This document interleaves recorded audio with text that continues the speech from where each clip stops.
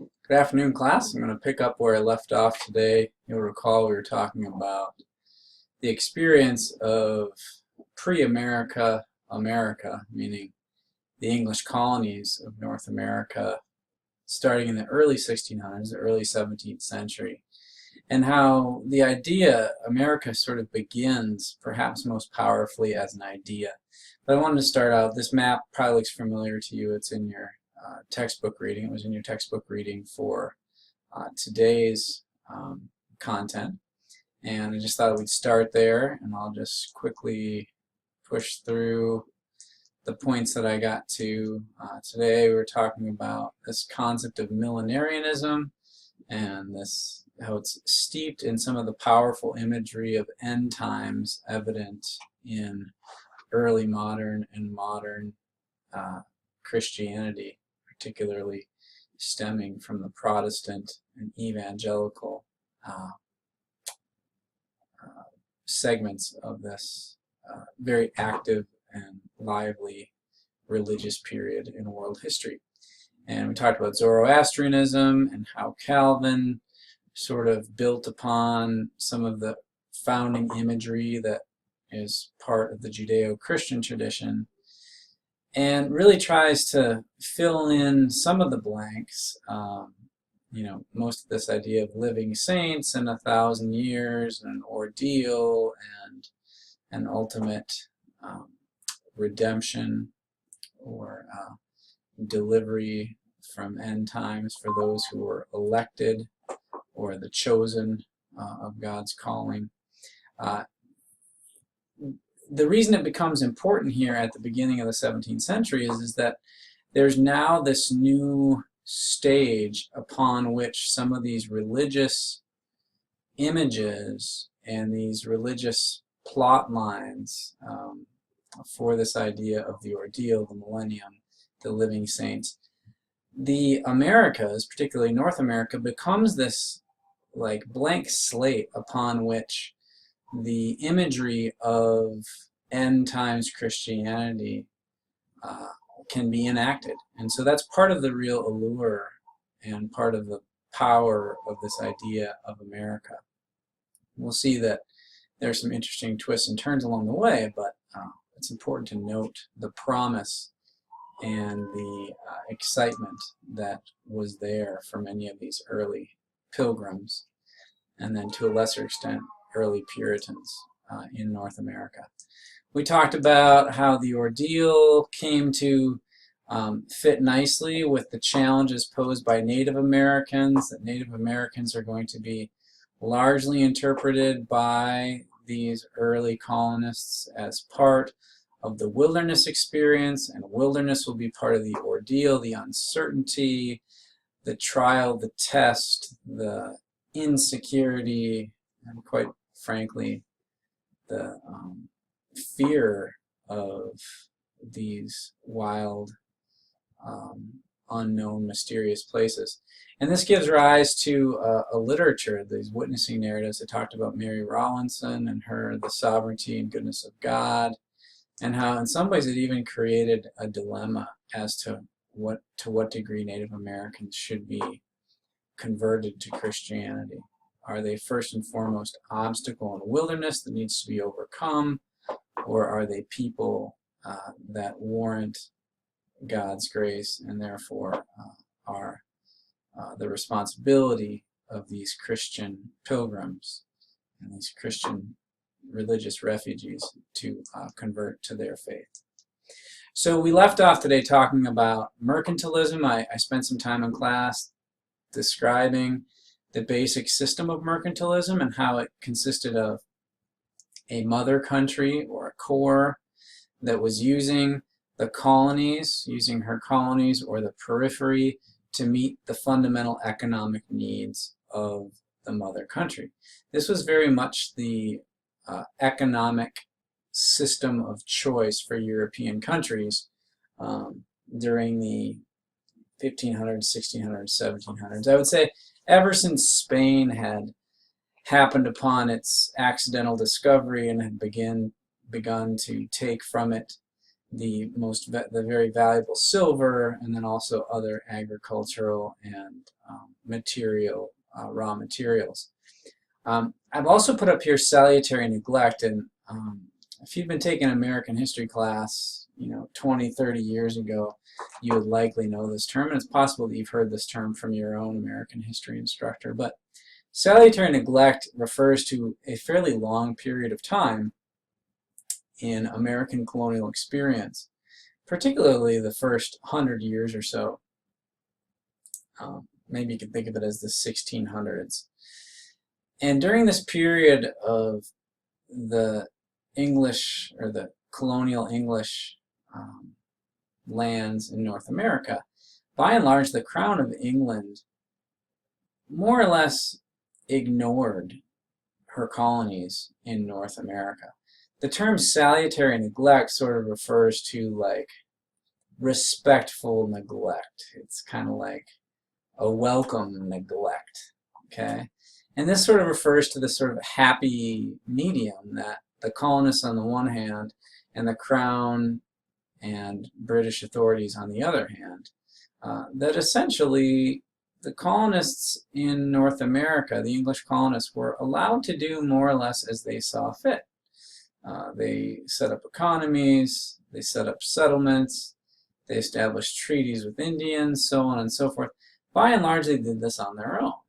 And this is noteworthy because during this experience, these English settlers, these English colonials, are learning many of the traits that will later become synonymous with America. I mean, this idea of self-reliance, self-sufficiency, independence, rugged individualism, figuring things out on your own, so on and so forth. This was a really important time in the colonial experience for these early English colonists. And that's noteworthy because the 1600s can be explained largely in these terms. Now in 1688, a really important development happens back in England, and this is the Glorious Revolution. I spent some time earlier today in my comments talking about the Stuarts, who were a series of 4 kings. It was James I, Charles I, then that was actually interrupted by Oliver Cromwell, who led a Protestant government in England, which actually turned out to be ineffective. He was then replaced by Charles II, again a Stuart, and then James II, again a Stuart.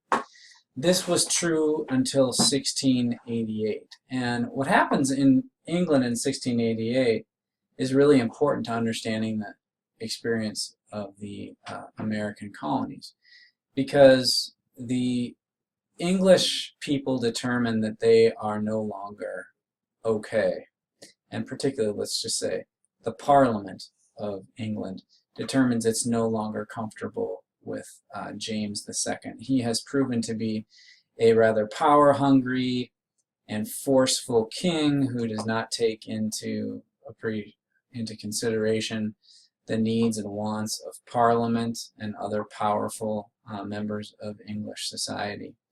And so the Glorious Revolution refers to essentially a brokered arrangement where the Parliament, members of Parliament, reach out, go beyond the king, and they organize a coup, which is an overthrow. And they bring in William of Orange and his wife Mary.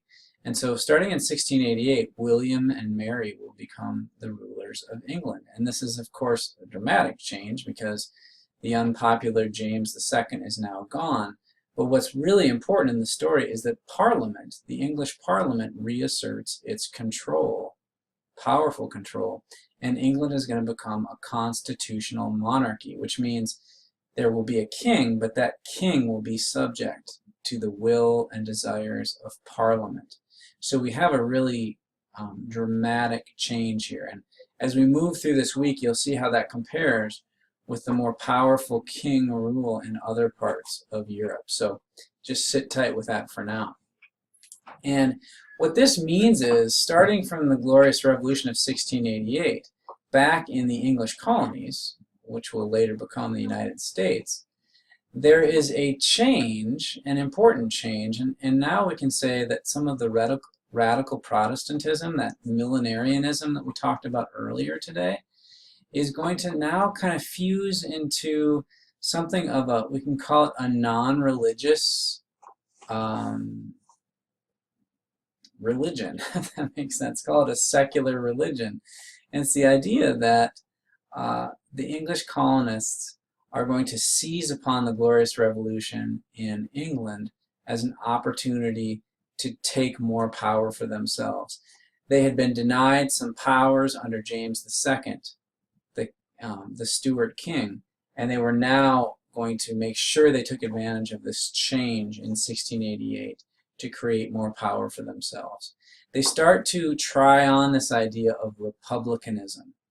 And republicanism refers to essentially representative rule, meaning the people, in this case in the English colonies, elect certain individuals to then represent them in the halls of decision-making within the colonies. Ultimately, if we fast forward 100, 200 years from now, we'll see elements or aspects of this secular religion evident in manifest destiny, which is like this public idea that America, due to its greatness and its, and its exceptionalism, is destined to spread forth and take over all of the American continent.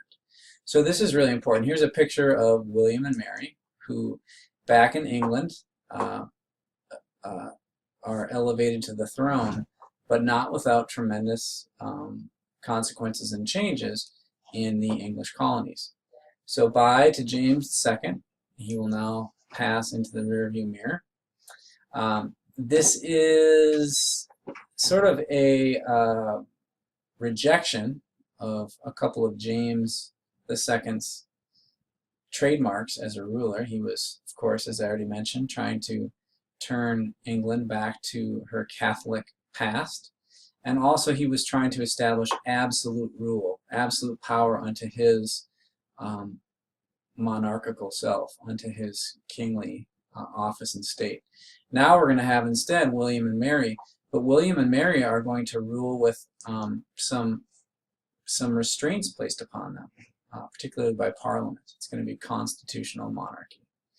So in the English colonies from 1688 to 89, there's going to be a series of protests and rebellions which are aimed at helping the colonists establish a greater measure of autonomy. For example, they insist upon a voice in any taxes that are being charged to them by the crown. They insist upon freedoms to greater representation. They also insist upon contractual government, so the King William can only rule according with the contracts or charters that were signed with these original colonies when they were created. And so this is a return of power of sorts for the colonists. So let me finish up by introducing you to John Locke. He's someone that we will be talking about more as the course progresses. He is very important. We could call him a natural rights philosopher in two treatises on government, which is perhaps his most famous work. He talks about natural rights and that how government is based upon a fairly simple set of objectives. That since all humans have the rights, the natural rights to life, liberty, and property, by extension, a government is only legitimate. It is only to be tolerated and accepted by the people insofar as that government can help people reach their natural rights of life, liberty, and property. That's why government exists. End of story. It does not exist to serve a king and his whims. It doesn't exist to help a country win wars unless that's what the people of that country decide is consistent with their life, liberty, and property. So he's going to be a really important figure in all this. More on him later. And it's also worth noting that there are a series or a number of English radicals, people who have taken strong stances against James II, and that express in many ways, the teachings of John Locke. And this is going to give rise to republics and republicanism. And with that, I'll stop for today.